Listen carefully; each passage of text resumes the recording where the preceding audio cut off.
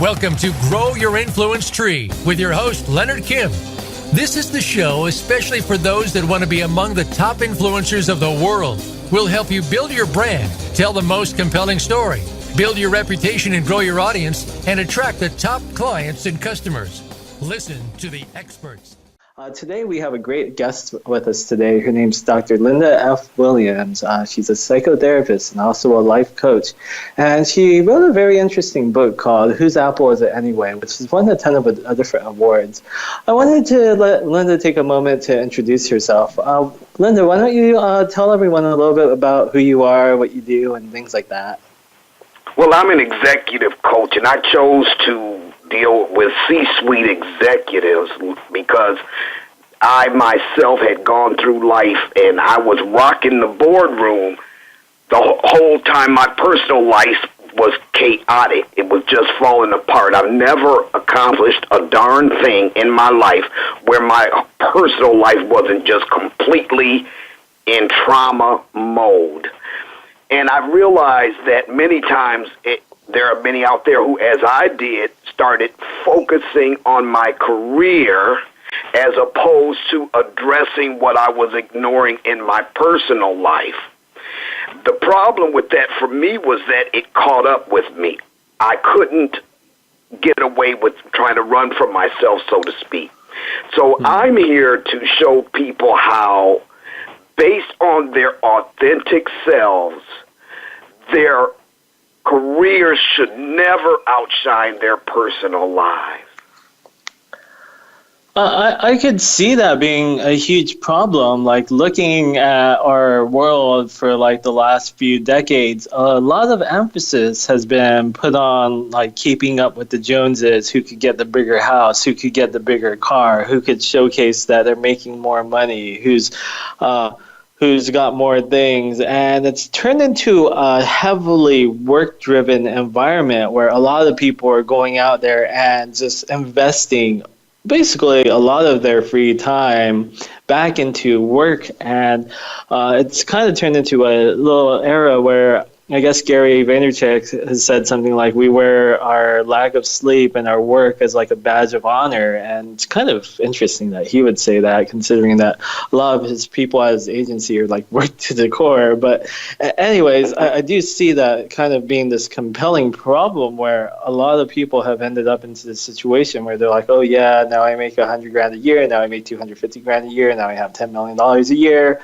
But my entire personal life is completely in shambles. And I think me personally, in the last few weeks, while I've been trying to like flip around my work schedule, I think if I kept going down that path, I could have probably ended up in the same place. So I can definitely understand the need for what you're doing. Well, Gary, he's a personality epitomized. That dude is constantly off the chain and running 100 miles an hour. But this is what I heard in everything you said, and this was the lesson I had to learn, Leonard. Off focus. Two simple words. Off focus. I cannot tell you how much money I wasted chasing those webinars, and I did it this way, and how I made $1 million, and pictures of their cars, and garages full of cars, and big mansions, and sign up for this, do that. I wasted so much darn money and time. Why? Because number one, I didn't have a mentor in my corner who had been there and done that. Number two, I'm chasing everybody else's dreams. It was a waste of money. Why? Because I'm on this earth, you're on this earth, everybody's on this earth for their own specific reason. If we tie into that reason, that purpose, that truth of who we truly are, then we become not only resistant to disruption, but we become more powerful in our marketing, because if you follow the belief, as I do, that the reason each of us are breathing with a belly button is because there's a certain specific reason that's not selfish for us to be here, then we've got to know that in order to be all of that, Leonard, we have got to be true to who we are. Problem, off focus. We don't know who the heck that is. We can't figure out who the heck that is, because we're chasing everybody else's methodology, chasing everybody else's dream, chasing everybody else's formula for success. Well, if indeed my purpose and my reason and the way I'm supposed to be out here is exactly like theirs are, then one of the two are behind is unnecessary. Okay? And so it took me forever. Now, I'm well into my 60s, okay? And I can tell you that these truths just began to come to me as I wrote that book and as I've lived the last 6 years of my life. Wow. That's crazy to go over 50 years kind of living down that path and then having these last 6 years really reveal the truth to you. And I really agree with you. There are not that many reasons why people are on this earth. I mean, like off the top of my head, I could probably think of like 10 to 15 reasons that we're here. And sure, some of them are selfish, like eating, sleeping, going out and having fun. But then fundamentally, I mean, people have a desire to like connect. They have a desire to make a difference. They have a desire to go and change things. Like not all of these things are really as selfish as we would assume them to be. And I think people have a genuinely innate desire to go out there and help others. Like, for example, when I kind of put up like my book cover when we first got the rendition back from the publisher, I'm like, oh, what does this look? Should anything be changed? I think we had like 200 different people like could chime in and say, oh, here's some advice, here's some advice, here's some advice. I'm like, wow, so many people want to like help me. That's so awesome. Cool. Yeah. Well, I don't think that eating, sleeping, and taking care of ourselves is necessarily selfish. I got to tell you, with especially women, that's one thing. Our mindset is wrong about all that. We're so busy doing for everybody else, we ignore ourselves, which to me can be another avoidance tactic. But this is what I tell you. If there are only 50 widgets in the world to be marketed, okay, then millions of people may be able to sell that widget. But the population to whom any individual of us sells that widget is directly tied to our degree of authenticity and ability to step forward in our own truth, acknowledging our own mistakes, and leveraging the lessons we learned to become powerful in what we give to other people, market to other people, service to other people, okay? So while we may have a certain number of widgets, there's a specific population that needs that widget that only in the way that we individually can bring that to them. So for me, for example, I'll give you an example. I had a conversation I used to be a union president, okay? That allowed me to I was with the federal government. I could walk up in any manager's office. I didn't have to go through red tape and this one and that one. And I developed a really good relationship with the head guy at my agency. And he was frustrated by some things that I saw as a trained psychotherapist and behaviorist. I saw them as deeper issues than the symptoms he was dealing with. And what I was trying to explain to him is you're getting ready to step off into some real dangerous legal ground because you want to deal with this as a strictly behavioral problem. And I'm telling you there's a mental health issue behind it. All right, you follow me so far? So he looked at me like I was 14 karat crazy, and this is what I brought back to him. I said, Tim, when I walk in your office, what's walking into your office and the person you're standing here talking to now is someone who was molested as a child, gone through multiple rapes, domestic violence, 2 or 3 mental breakdowns. That's what's standing before you now, and he got it because none of that history did he know about me. None of it. He knew the power that stood before him. He knew the power that turned around a negative culture just by virtue of doing better myself. See what I'm saying? Yeah. So whereas anybody else could have walked in there and read him the riot act, the message was more powerful because it was coming from an authenticity point of view. Does that make any sense? That makes a lot of sense. Like in the automotive industry, let's say you have your eyes set on a black Toyota Camry LE with X on the vehicle. And then that car is probably going to be at 20, 30, 40, 50, 500 different dealerships because it's a high produced model. And then Right. you walk into one dealership and someone's just trying to like pull the rug from under you. And then you go to another dealership and then someone's like treating you with kindness and love and being their true Hmm. authentic self. And then you go somewhere else where someone's all distant and it's like they don't even really care. I mean, regardless, that person's going to go out there and buy one of those 50 things that you mentioned, and maybe that camera is one of those 50 things that they're looking for, but that doesn't mean that they're going to have to go and buy it from the person who's trying to pull the rug from underneath them. Right. And that definitely Right. doesn't mean that they need to go and buy that car from the person who has like zero interest in them and is showing them no Right. actual attention. They're going to go with the Right. person that they like and trust and who actually cares about them. And it makes perfect sense because everyone out there is kind of selling the same products when push comes to shove. Like all they're doing is just sticking it under their own name or under their own company or their own thing. And it's like, who really is the one who really cares and gives it, you know? It's like, which one Right, is they it? can relate to me from where I am, and the denouement to your story is powerful, Leonard. Why? Because what's going to make them buy that widget from you? Yeah. What's going to make that person buy it from you? I can tell you, there's what's going on out here with the coaching business. You know, somebody goes through something, they want to slap coaching on their name. Okay, it's not really regulated, so anybody can call themselves a coach. Okay, so those who care to go and get certified and has the background to do that, then that's even better. But they're a dime a freaking dozen. Yeah. Okay? They're a dime a freaking dozen. And I can't tell you how many times I went around Miss Nelly's house trying to figure out how to market myself because I'm a jack of all trades. I do multiple things, but I cannot market myself like that. So what I had to do is leverage the growth and the shedding of the trauma that occurred when I wrote the book, okay, to determine who am I, who do I really want to reach, and in what section of the population. Now, that's easier said than done. It took me months to settle that down. And I've got to tell you, I had to push through some really hard roadblock mindsets in order to get to that. Okay?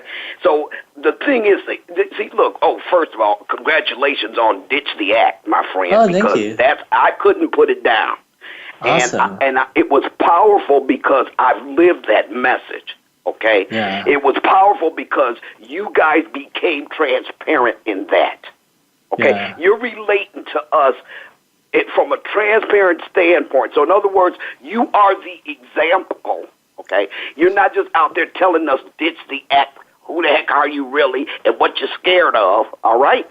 You're sharing your journey through that. And I'm saying this because one thing I want your audience to walk with is that there is no magic abracadabra wand that any of us can wave over you to make this happen in you. It's an internal process that you must be committed to.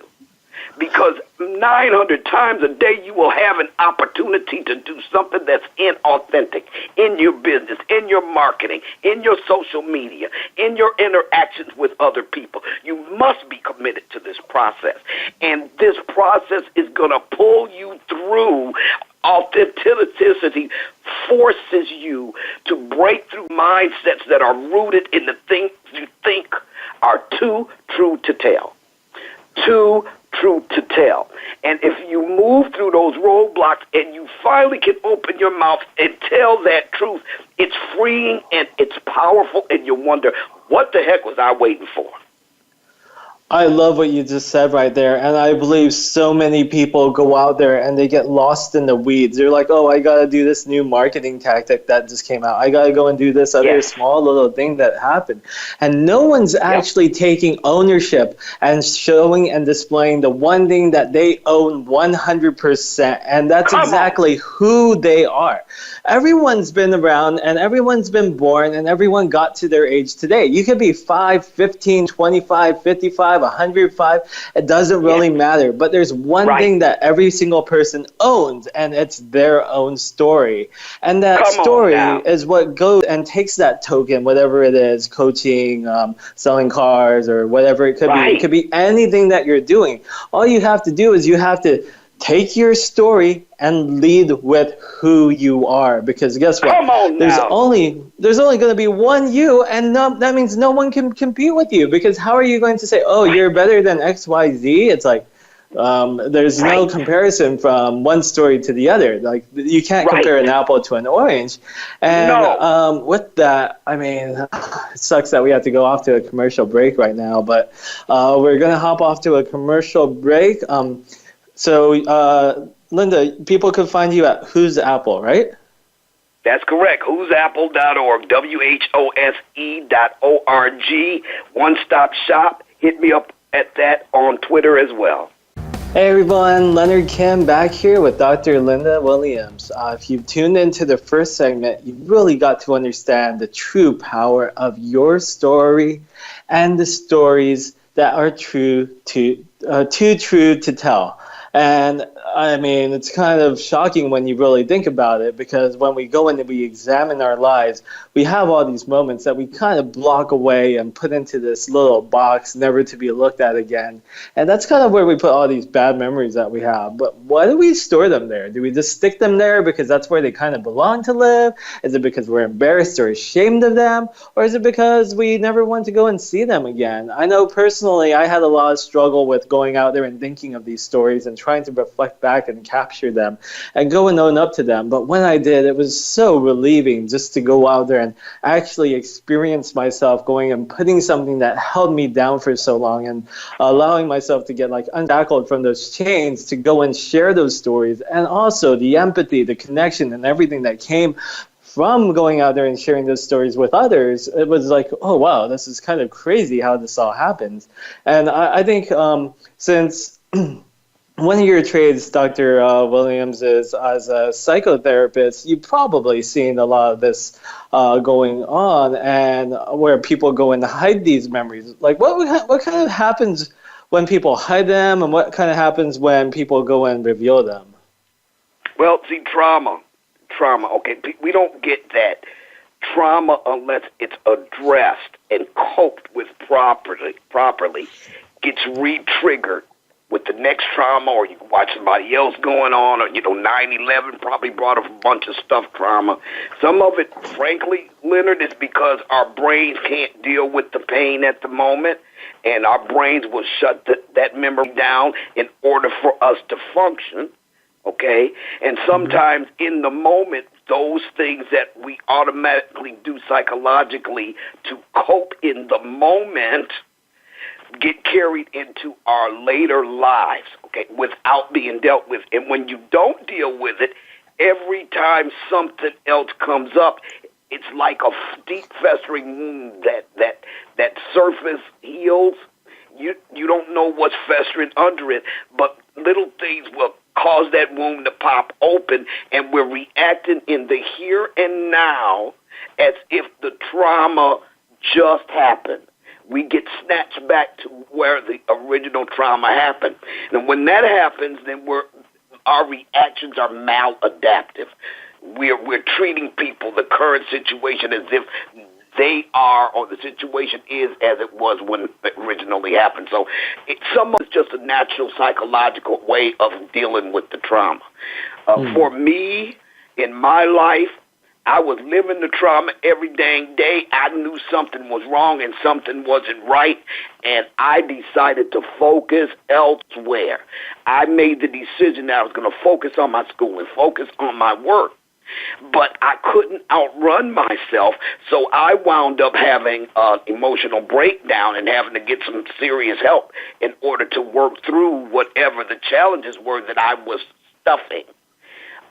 Once you do that, sometimes you can just do it on your own. Sometimes you can do it with a coach. Sometimes you can kind of be challenged by a mentor. But if the trauma is deep enough and entrenched enough, we have to get psychological help with that. We need a mental health professional to walk us through it. So the unfortunate thing about human behavior is that we can never boilerplate it in everybody's lives. We can just give you generals like that, and then specifically with the individual, psychotherapist can see what specifically was going on with that individual. So it's the human condition. To sum up everything I just said, human condition. So there's the one side of facing or like hiding it, which is due to trauma. What's the other side of like facing it?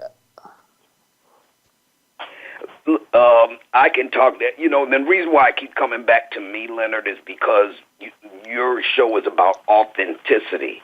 Yeah. And it would be easy for me to just talk about, well, people this, people that. So what I'm doing is being straight up authentic. With me, I didn't want to face what was going on in my current life. I didn't want to address things that were in my face that I needed to address, and I'll give you an example. I hope you can handle this.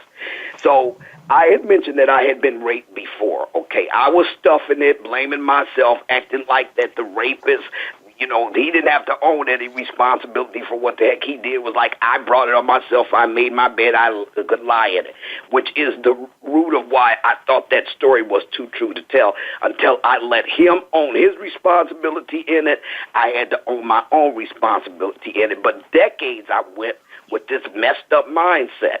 And what it led me to do, just like in the dynamic works, whatever you're stuffing, whatever you went through, if you don't deal with it, you keep drawing that in your life. And my life is a prime example because I wound up in a 16-year, you follow me now, 16-year marriage with a man who was a rapist and a sexual predator. I did not know. After we were divorced, had separated, it's all in the news. He's out here raping prostitutes. He's in prison right now for it, okay? So what happened was I was stuffing rapes, internalizing them, not addressing them because of a false mindset that said that I deserved it, and whatever this person did to me, I deserved it, and I wound up drawing it into my life. So what happens is you get little just imagine if somebody had you behind a big, dark, opaque curtain, and every once in a while a little hole would open up in it. You see a flash of light come through, or a little hole over here, a flash. That's how my facing up to my challenges was, because I would get a little glimpse here, a little glimpse there, and then I just shut it right down. See? But eventually being in that marriage caused me to have to turn around and face myself, because this guy also molested my child. Okay? So I'm finding all of this out at machine gun speed.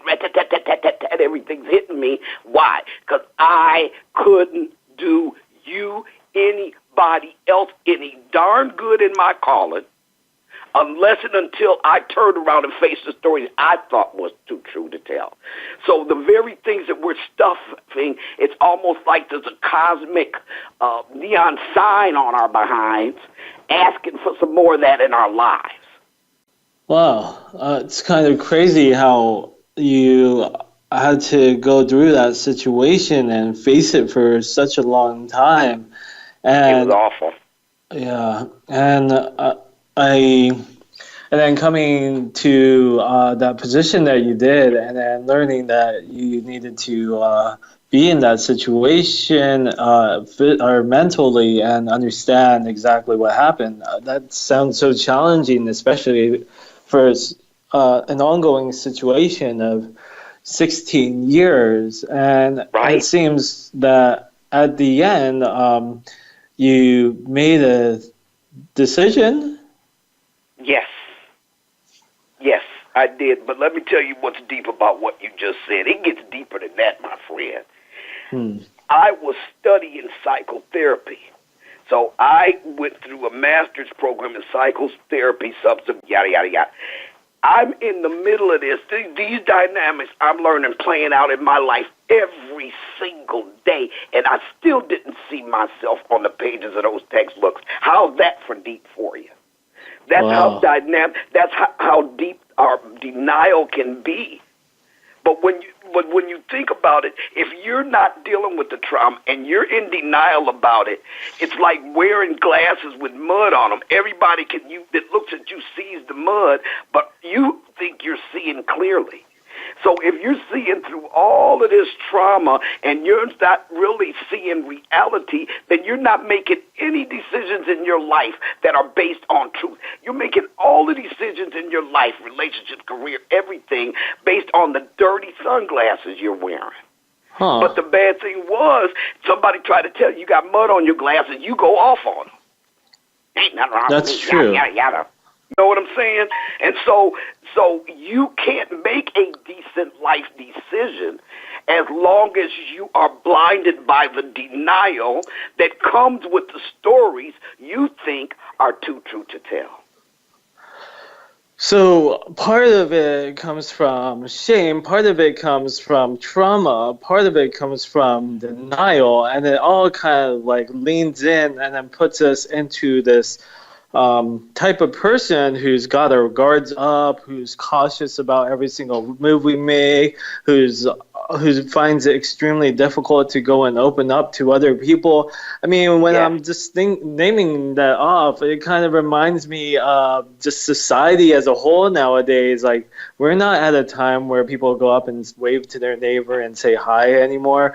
We're at a time where a lot of people just kind of go off and close off their doors and kind of hide and stay in their own lane and not really communicate with the people around them. So, I mean, if we're kind of in that kind of phase, this has got to be affecting not just a few people here and there. This has got to be affecting a lot of people. Absolutely, absolutely. And the problem is that we don't recognize that's the state we're in. So all of the things that you described, those become what we think are our personalities. Here's stuff like, hey, I'm Italian, blah, blah, blah, blah, or I'm this and I'm that, and so my temper, blah, blah, blah, blah, blah. No. This I call it Frankenstein mentality. You know, Frankenstein was just a piece of glitter, conglomerate, a bunch of dead bodies. So we're taking on all of that trash from everybody that ever did us wrong, and we think that's who we are. But see, that's what I'm trying to bring home here, is that we think that's who we are. We honestly do, and we're really not all of that. I always tell my clients, and when I do speaking engagements, I say, your greatest power resides in the truth of who you are. Know that truth. And the you that you think you are might be just a fake out of a conglomerate of all the wrong you've ever been through, and you have to work through the stories you think are too true to tell to get down to who you really are. And within that knowledge, within that place is your greatest power, whether it's in the marketplace, relationships, whatever it is. In that resides your greatest power. I can definitely see what you're saying. Like, when I reflect back to like my early 20s, I saw myself through some muddy glasses too, and I'm like, oh, you know what? I'm successful. I sold cars. I made a lot of money doing sales. I know all this business stuff. They gotta read the book. Yeah, they gotta read the book, boy. Yep. I'm like at the top of my game. Everything's going fine. Right. I'm like this powerful person, and then like the reality is like none of that was actually true. It was just all in my head, and it was all this facade that I was just repeating to myself. And I tried to keep on that facade as long as possible, and the facade just started to, like, reality started to break away from that facade. And next thing you know, I'm not paying my electricity for 6 months. Next thing you know, I'm getting an eviction notice. Next thing you know, I'm showering in the dark. Next thing you know, I'm calling my mom and saying, oh, you know what? I'm going to go live off under a bridge somewhere. She's calling my grandma. My grandma's coming and picking me up. And then I'm still like, okay, do I hold on to this facade? Do I let go? What am I supposed to do? Because I'm like, I don't know. This is my entire identity, or what I think my identity is that I'm holding on to, which is all made from from BS, and then I'm just sitting here and going, oh yeah, everything's all falling apart. And it took me months until I finally was able to go and admit to my friends and go, hey, look, I'm living at my grandma's house. I lost everything. Months. And that was the greatest moment in your life, though. That was the greatest moment in your power of your career, though. That moment where you had to quit running that game on yourself. Okay? Yeah, and it's and crazy truth because and let it out of your mouth. But see, people are going to have to ditch the act, okay, to understand how the mindset you just described kept you in the business with some freaking shysters. Okay? Yeah. You know, see, a lot of that, where you wound up, where you had to face yourself and tell truth, was partially because you were with those blinders on, them glasses on, and you couldn't see that you were going into business with shysters. But I'm not going to tell too much because you got to ditch the act, you guys. But that's how that happens. That's how it happens. But see, this is the truth. So let's not throw the baby out with the bathwater. Let's throw out the bathwater and nurture the baby here. Yeah. All of those things that you said you thought you were, that you thought was a facade, that's who you are. That's your power. All of that was just misdirected and misguided. So you didn't lose that talent, that special ability, the things that are specially you that led you into all of the good stuff when you turned around and faced yourself. It's just that now when you turn around and you face yourself, you're going to bring that good with you and be more powerful in a more positive way. Yeah, that makes a lot of sense. And it was so weird because I had all these fears built up inside of me where I was like, oh, I'm going to go tell my friends that I'm broken, I'm living with grandma, and I lost everything, and they're going to go and mock me and ridicule me and call me a loser. Then I tell my friend Josh, and he's like, oh, you moved down there? Oh, let me come with Evelyn and come pick you up. And then they pick me up. They drive like 30 miles. They drive back to LA, they take me out, we go and have a great time, they pay for everything. Great I'm like, support. What the hell just happened? See, had yourself fooled because of those glasses and the mindset that you had. See, and none of that was reality. That was your reality because that's what your mind was telling you, but that didn't change truth and reality outside of that. Does that make any sense? Yeah, that makes tons of sense. So all your friends really just wanted to go out there and help you. They don't want to go and mock you and ridicule you. It's like, that's not a good friend. Right. And really, you know, you would have, the woman that you're married to now, you know, I can see a lot about people just by looking at their pictures. So I've never met either one of you guys. But that's a very special, tender, and dear woman. And in the condition you were in before, you wouldn't have seen that. You wouldn't have been able to embrace that. Why? Because you had all that cut off in your own self. Yeah, very true. You wouldn't even seen the true you because you wouldn't have been presenting the true you. The you had to be in order to realize that positivity in your life, the woman you're married to. Do you see what I'm saying? So she deserved better than who you thought you were. Does this make sense? Right? Yeah, it makes a ton of sense. Right. We could hop back to the topic after a commercial break, and then we could talk a little bit more about that. If you want to go find Dr. Williams, go to whosapple.org. That's WHOSE apple.org, and you can find me at Mr. Leonard Kim, and we'll be back after this commercial break. Now, back to Grow Your Influence Tree. Hey everyone, Leonard Kim back here with Dr. Linda Williams, and we've been discussing tons of different things like the fear and the trauma and the emotions that kind of go on with putting on a mask and hiding our feelings and then putting on these dirty sunglasses that really give us a dirty perception of really what's going on in reality, and a few personal stories that went along with that. And then the topic of Angie came up, my wife. You were mentioning a few things about Angie? Oh, yeah, she's so precious, man. I like I told everybody, I don't know either one of you. This is the first time I've ever heard your voice, you ever heard mine, but I'm just going through your Twitter feed. And she's very special. And what I pick up is that she's a very feeling person. There's a really deep, true sweetness to this woman that's just so a part of who she is that she can't help but do anything different than be who she is. And I was just telling you before, we went and break that you, as the person that you thought you were in the past, weren't what she deserved. You were everything she deserved in reality, but you didn't know that man. And until we know that woman and that man as God created us, the truth of who we are down under what life has twisted us into, then we will never be able to find true purpose and meaningfulness in our careers, in our lives, and in our relationships.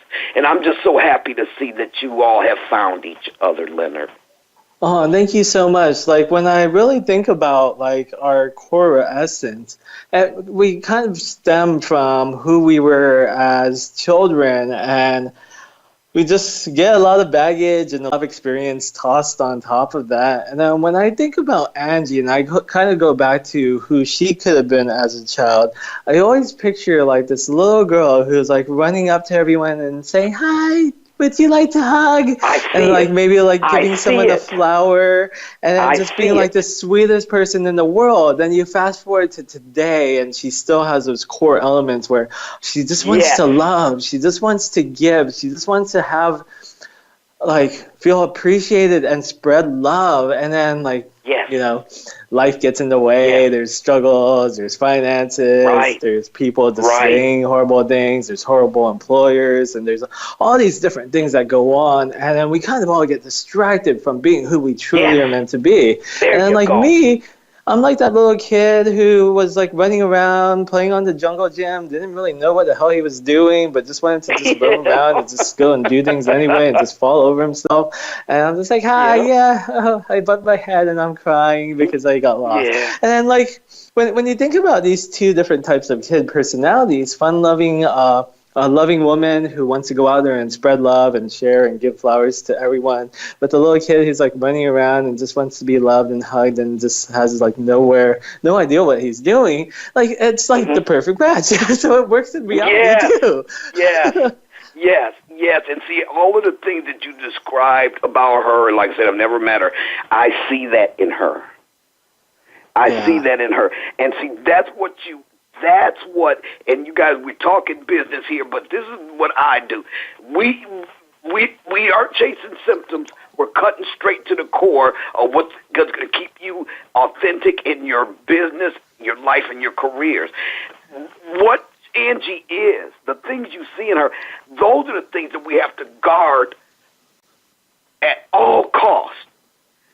The things that you deal with out of people in your workplace, all the disappointments, and you got this challenge and that life challenge, the easiest thing in the world to do would be to become the wrong that is being done to you. That's the easy way out.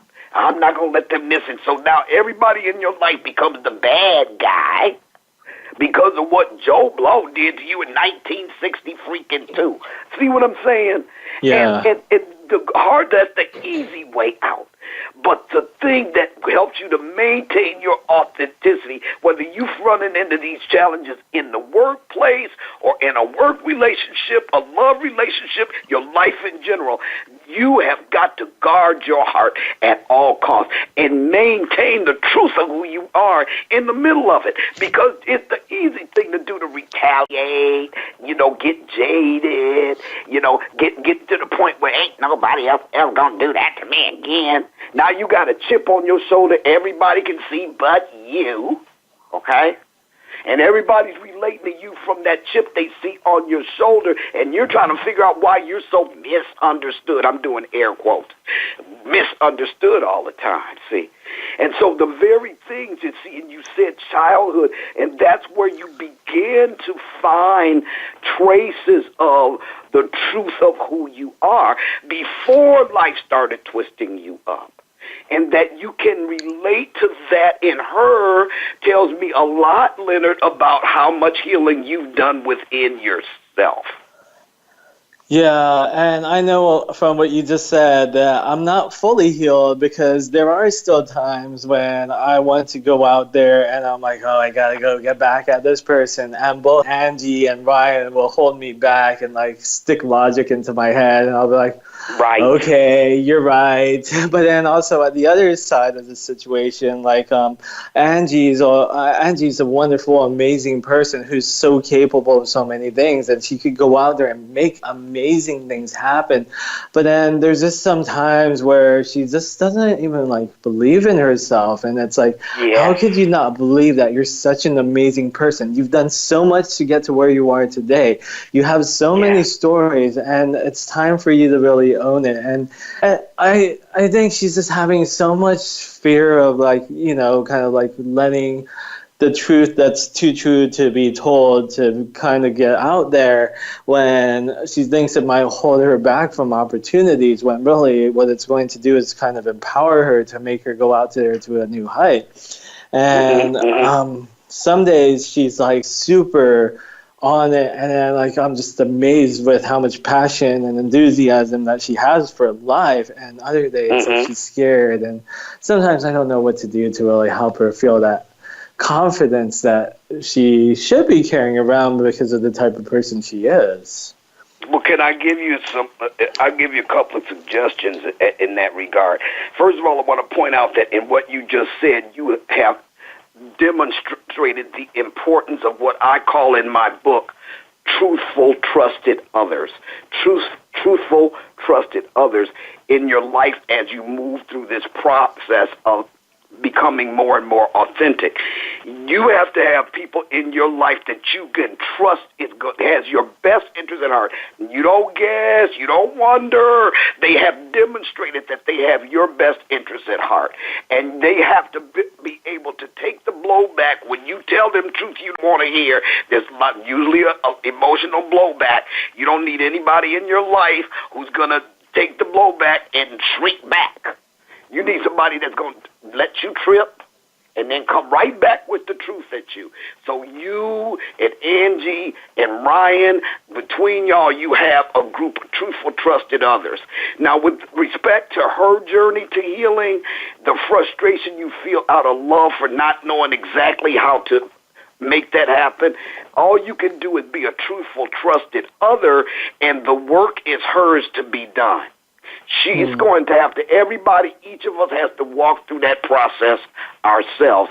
I'm going to suggest that if any of your listeners out there are finding the same dynamic in their lives, it's really important that you have a coach or a mentor or something along with your truthful, trusted others. For me as a coach, what I do is, what is it you want to accomplish? Okay, now I'm the cheerleader, the accountability partner. I'm going to make sure you do it so when those mindsets come up, you don't get to skirt that. We're going to deal with it in the freaking moment because it's going to hold you back. So just understand that your frustration with that is okay because you love her, but also understand that it's okay to watch her walk that path that she only can walk. I hope that helps. Yeah, that helps a lot, but I guess it's just my nature. When someone calls me about a problem, I'm just spewing off solutions immediately, and I think it's just kind of like that personality. Yeah, where it's just like, I gotta go hop in, and I think I gotta put that away. Okay, well, this is another baby with the bathwater. We're not going to throw out the baby with the bathwater here. We're going to throw out the bathwater. We're going to nurture this baby. That part of who you are is authentic and real, and it's powerful.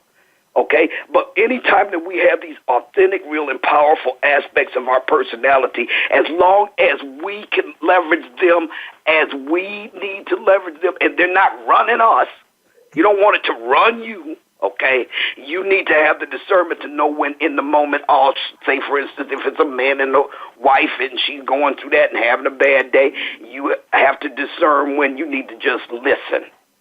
You understand what I'm saying? So that your propensity to jump into this fix-it mode is not running you. You understand what I'm saying? You need to be able to control and leverage that at will. That's the baby with the bathwater methodology. Does that make sense?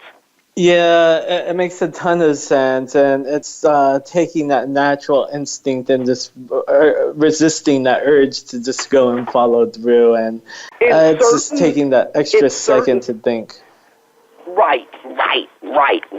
I mean, and then, even with Angie, it might be time where she really needs you to jump into that mode, right? Yeah. But there may be times when she just has a bad day and just needs her husband to listen. You understand what I'm saying? But when that natural aspect of your personality is not just overrunning you and causing you to jump in at the wrong time, okay, then it's running you.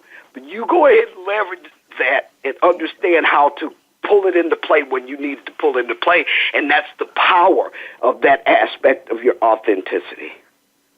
Yeah, that makes a lot of sense. I'll just hold my ground. I'll just stand down. Right. Yeah. Sometimes you just have to do that. Yeah. But my book, though, Whose Apple Is It Anyway? That's a 7-year and 6 days it took me to write that book, and it gives you 2 tools, actual actionable steps you take that walk you through this jungle. These are powerful steps. They actually work. I could not write a book, self-help book, that tells you the obvious, skim over the surface, and then leave you pie in the sky perplexed as to, wait a minute, what does this mean where the rubber meets the road? So if anybody wants those tools, just go to whoseapple.org, click on the book tab, Too True to Tell, and Whose Apple Is It Anyway? You can get them off my website. Well, I'm going to be going and picking up a copy of Whose Apple Is It Anyway, because I definitely want to read more about your compelling story. And there's just so much that you kind of went over with us on the radio show already, and it just makes me intrigued to really figure out and discover what more is in the book. And I'm excited to go and take a read through it. And if anyone's listening to the show, check out whoseapple.org and grab your copy as well. Yeah, look, can I tell you how proud I am to be asked to give you a blurb for Ditch the Act? I know I keep pushing that, but I just got to tell y'all, it's just real. Ditch the Act. I was honored to be able to give you 2 or 3 blurbs for promoting the book. I really am. And I don't know how you're voting on your Twitter account on that, but keep me in mind for the back of the book now. I definitely want my will. Little blurb on there. Our publisher told us that we'll probably get about 20 quotes on the inside of the book and 6 to 7 on the back of the book. And I'm pretty sure that your quote, because it really stands out, fits somewhere into that mix. I just haven't. I think the publisher said that she's going to go and figure out first pass which ones to really go and consider. And I mean, I really think that your blurb has been amazing, and Ryan thinks it's been amazing too. And when I read it over, I'm like, wow, this is so powerful. And I really wanted to take a moment to really thank you for that, because it was really authentic and heartfelt, and it really meant a lot from what you said. Yeah, I meant it. I meant every word. And if that's translated in what I wrote, then hallelujah, mission accomplished, mission successful. Thank you so much. Well, if anyone's out there wants to go and follow Linda or Dr. Williams on social media, it's the same. It's Whose Apple. You could also go to whoseapple.org and pick up a copy of her book and learn more about these tools, or maybe even find her as a psychotherapist or as an executive, as someone who could potentially be your executive coach. If you need help with personal branding, you kind of know where to find me. We have this cool book coming out, Ditch the Act, that's happening over at the end of October. So make sure to pre-order a few copies, tell your friends. Maybe they could make good Christmas gifts. Who knows? You could also just buy it and just toss darts at it too. You can make a cheap dartboard. Anything works. But anyways, we wanted to thank everyone so much for tuning in to another episode of Grow Your Influence Tree. It was a pleasure speaking with all of you again. And we hope that you have an amazing week this week. Yay! Thank you for making us part of your week. Listen for Grow Your Influence Tree with Leonard Kim every Thursday at 4 p.m. Eastern Time and 1 p.m. Pacific Time on the Voice America Influencers channel. Stand out, stand apart, and become a top influencer. We'll see you here next week.